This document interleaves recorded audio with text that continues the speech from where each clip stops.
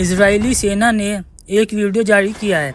इसमें नज़र आ रहा है कि सिनवार इजराइल के ड्रोन को अपनी तरफ आता देख उसे भगाने की कोशिश करते नज़र आ रहे हैं। इजराइल ने हमास नेता याहिया सिनवार को मार गिराया। सिनवार को मारने का ऑपरेशन का वीडियो सामने आया है। इस वीडियो में नज़र आ रहा है कि इजराइल के ड्रोन को अपनी तरफ आता देख सिनवार किस तरफ खौफजदा हो जाते हैं। सिनवार ड्रोन को भगाने की कोशिश भी नहीं करते।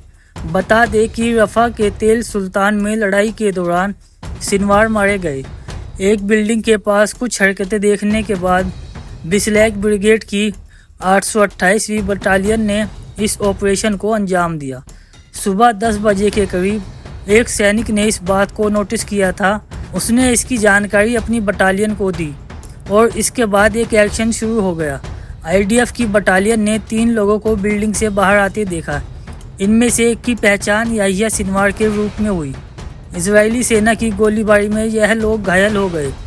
इसके बाद सिनवार 2 अन्य लोगों के साथ दूसरी बिल्डिंग में जाता देखा गया। इस दौरान उसके साथियों ने उसे कवर दे रखा था। इसके बाद आईडीएफ के टैंकों और सिपाहियों ने दोनों बिल्डिंगों पर फायरिंग शुरू कर दी। फायरिंग होता देख सिनवार बिल्डिंग के दूसरे तल पर चले गए। उसकी तलाश में सैनिकों का एक दल आगे बढ़ा, लेकिन अंदर से सिनवार ने गोलियां बरसानी शुरू कर दी। इसके बाद सिनवार की तलाश के लिए एक ड्रोन उड़ाया गया। जब बिल्डिंग में ऊपर ड्रोन पहुंचता है तो वहां सिनवार बैठे नजर आते हैं। ड्रोन देखकर सिनवार उसे गिराना चाहते हैं और एक डंडा फेंकते हैं। इसके बाद टैंक से फायरिंग शुरू हो जाती है। बाद में तलाश के दौरान सैनिकों ने इस बात की पुष्टि कर दी कि हमले में सिनवार ही मारा गया। बाद में फिंगरप्रिंट और डीएनए एनालिसिस से भी इसकी पुष्टि की गई। आईडीएफ और आईएएस ने पिछले 1 साल में कई मिशन चलाए। इन ऑपरेशन के चलते सिनवार का मूवमेंट बंद हो चुका था और आखिर वह मारा गया। इजरायली सेना द्वारा जारी ड्रोन फुटेज में नज़र आ रहा है कि सिनवार का एक हाथ बुरी तरह से जख्मी है। उसके सिर पर एक स्कार्फ बंधा हुआ है।